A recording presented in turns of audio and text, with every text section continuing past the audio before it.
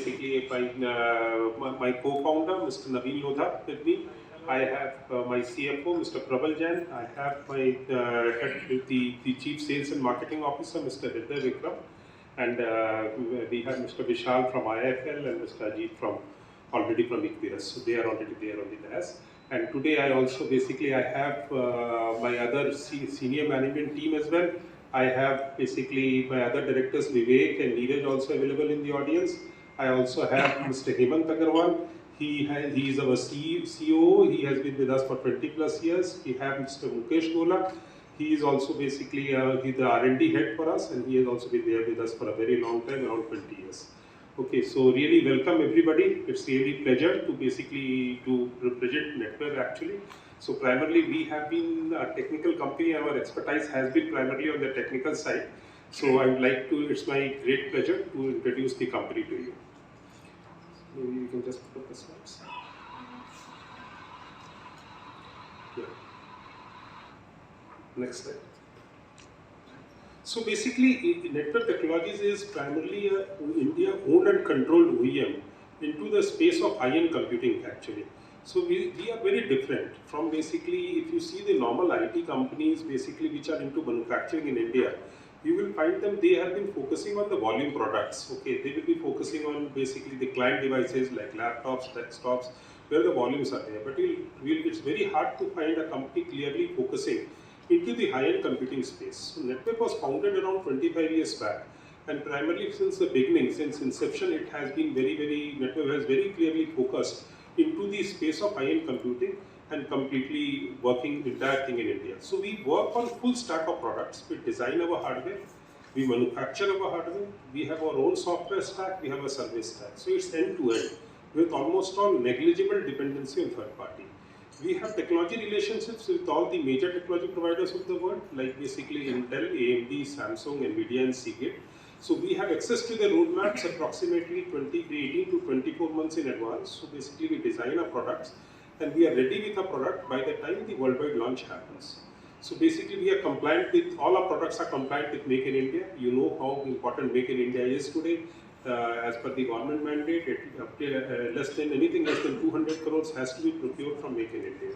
So Netweb Netweb is among the very few OEMs who were awarded the hardware PLI as well as the telecom and networking PLI. We have already successfully completed the first 2 years of the hardware PLI, and as you know that PLI 2.0 has been launched, so that has rebooted our incentives. So supercomputing is one of a major area of work. We have 300 plus supercomputers installed all across the country. And the other area wherein we work and we are basically, major revenue comes is private cloud and HCI. We have 50 plus private cloud and HCI installations across the country. We have been working on GPUs for a very long time. So basically in today's situation when AI is becoming more and more popular, so basically importance of GPUs there. So we started working in GPUs in the year 2010-11 when basically GPUs started being used for compute. So basically that has helped us to develop our application which are really optimized for the kind of workload it runs actually. Some of our supercomputers already listed in the world top 500 list as well. Next slide. So just I would like to take you through my journey in brief. Maybe basically, so this company was started in 98, 99 actually, and primarily at that point of time, I'm a third generation entrepreneur, and this company was completely started with me and my brothers. And actually at that point of time, computing was really happening in the country today at that point of time, because basically all the banks were getting computerized. Okay, so if you remember the public sector banks, they were getting all by working manually, they were getting computerized. So that incited me. And we started offering basically server mirroring solutions. Today server mirroring is very easy, but in those days server mirroring was very difficult because basically the network speeds were as low as 1 Mbps or 10 Mbps, and those were the days of novel SFP3. Windows was also not there. So basically in the enterprise grade, so basically we started working with that. That basically brought our interest into the supercomputing domain. In 2003-04, actually we could see that India has a good requirement for supercomputers, but basically India had some kind of an embargo from US because of different regions, that's legit. India was not able to get supercomputers. So we worked with the scientists and we developed the India's one of the very fast supercomputer for the country at Institute of Mathematical Sciences, Chennai, and that was ranked as 269th fastest supercomputer in the world actually. So basically, that was a landmark journey which made the country proud, the scientists proud, and we were also feeling proud. So their journey started, and today we have 300 plus supercomputers installed all across the country. After that, we did Param UR2 in 2013, which was ranked as 69th fastest supercomputer in the world. Then in 2019, we deployed Param Ambar for ISRO, and basically that was so that is again one of the fastest supercomputer which ISRO has as on date, and it's installed at Gadanki, which is very near to Sriharikota, where all the weather simulations and satellite launches happens. And taking this journey forward, recently you would have heard in 2023 we deployed Arawat, basically which is the 75th fastest supercomputer in the world. So that's again a major limestone which has made the country proud and which has made us also basically quite proud for delivering such a wonderful system. And this is a supercomputing plus AI kind of a AI supercomputer. So just to let you know, basically the high performance computing looks very complex, but let me explain you in detail. We have very clearly focused and we have maintained our niche. And there have been times wherein we were tempted of getting into volume segment, but we always stopped that and we clearly kept our focus on. The first segment is high performance computing. High performance computing actually is not only the hardware. We do the hardware design, we manufacture our hardware, we have our own software stack and middleware and service stack. So basically, this is how we can basically create a differential on the plate, wherein the entire solution stack is from us. So that really helps us. The next segment for us is private cloud and hyperconverged infrastructure. This is again basically private cloud, as you know, is gaining a lot of traction, and this is again basically completely end-to-end kind of a solution wherein the compute is from us, the middleware is from us, the storage is from us, the entire solution is from us, and we have no dependence on third party. So these two segments bring around basically 70% of our revenue. And if you see our revenue around 50, it's a 50-50 split. 50% is in the government, 50% is from the corporates. And basically, we are not present into the SMB and the middle level. We are primarily into the large corporates and enterprise, or basically government R&D and basically primarily central government funded kind of institutions.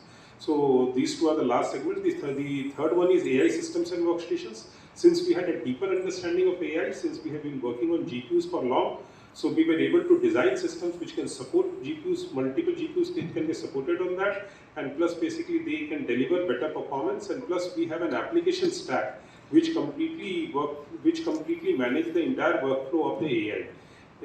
Then the fourth product line for us is high performance storage. High performance storage is again a very important factor because all these areas which we work, storage is again an important area. We have multiple products so as to basically support that. Then we have data center servers. So data, as you do, our competition, if you really see, they are primarily box pushers. Since we don't have a domestic competition, primarily we have MNC competition actually. And if you see the MNC competition, either they are a hardware company or a software company. And plus basically most of the hardware companies they are more into manufacturing of client devices like laptops, desktops and all. So basically the high-end computing part is only 15% of the total revenue. So whereas our focus is very clearly into the high-end computing and servers, so we have a huge range of servers and that helps us so as to basically deliver all kind of performance of all these solutions.